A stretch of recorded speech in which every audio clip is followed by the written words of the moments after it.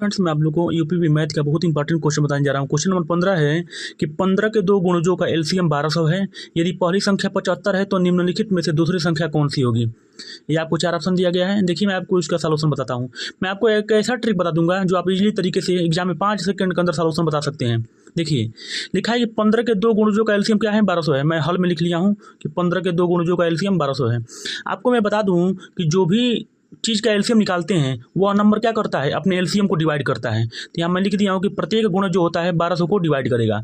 इसे आप याद रख लीजिए, किसी भी नंबर का जब हम एलसीएम निकालते हैं तो वह नंबर क्या करता है, अपने एलसीएम को डिवाइड करता है।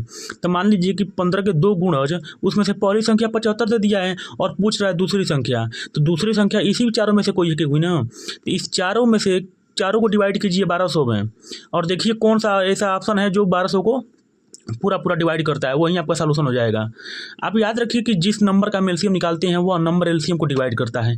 तब पहली संख्या 75 तो हो गया, हमको दूसरी संख्या पता करनी है। यही 4 ऑप्शन दिया गया है, इसी को डिवाइड कीजिए 1200 में, जो कटेगा वही सॉल्यूशन हो जाएगा। तो मैं यहाँ लिख दिया हूँ। तो 1200 में एक बार 240 का डिवाइड किया हूँ, एक बार 1200 में, मतलब प्रत्येक ऑप्शन को डिवाइड कर दिया हूँ। तो यहाँ से एक ही पता चलता है कि 1200 में जब 240 को डिवाइड करते हैं तो एक जीरो से एक जीरो कट गया और 24 × 5 = 120, 5 बार पूरा पूरा कट जाता है।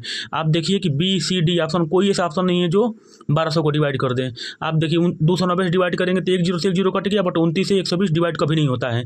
26 से 120 कभी डिवाइड नहीं होगा, मतलब एक जीरो से एक जीरो काट दिया हूँ। यहाँ पे देखिए 28 से 120 कभी डिवाइड नहीं होगा। आप देख सकते हैं कि सिर्फ 240 ही है जो 1200 को पूरा पूरा डिवाइड करता है। यही ट्रिक आपको लगाना नहीं है, ठीक। ये आपका ये ऑप्शन सही हो गया। अब आइए क्वेश्चन नंबर 16।